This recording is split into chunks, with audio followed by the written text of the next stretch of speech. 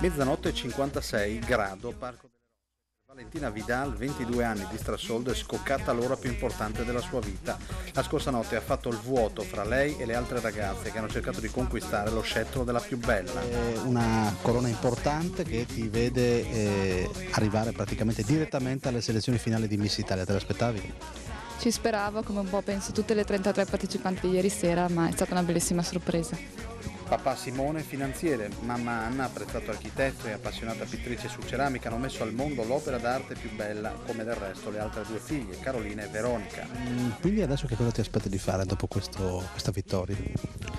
Beh, innanzitutto questa vittoria mi apre le porte direttamente per la finale di Montecatini senza passare per le prefinali.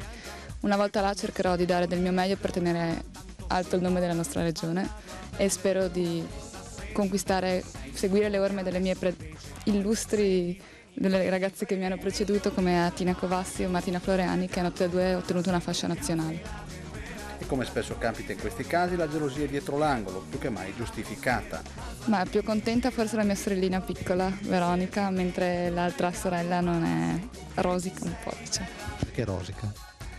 Ma non lo so, abbiamo 2 anni di differenza, usciamo spesso insieme, siamo sempre state molto legate, però ho paura che sia un po' gelosa. Andrai incontro? Sì, farò il possibile. Senti, c'è anche un fidanzato. Sì. Quello come ha reagito? Per ora non è felicissimo, ma cercherò di far cambiare idea anche a lui. Anche perché adesso dal 25 te ne vai per 4 settimane. Sì, saranno 4 settimane di vita militare, potrò vederlo pochissimo, ma spero di trovarlo al mio ritorno come prima. 1,79 m, sguardo pulito e sereno, nessun grillo per la testa, una laurea con il massimo dei voti e tanta determinazione, degna di un alpino, come ricorda mamma Anna, savonese d'origine.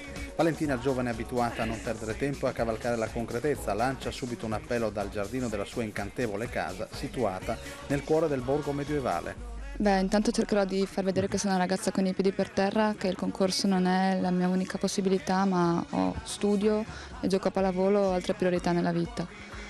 Questa penso che possa essere un'ottima arma, dimostrare di essere una ragazza intelligente, perché la bellezza comunque è soggettiva, bisogna vedere cosa cercano loro, quindi io giocherò l'arma dell'intelligenza e del fatto di essere sportiva.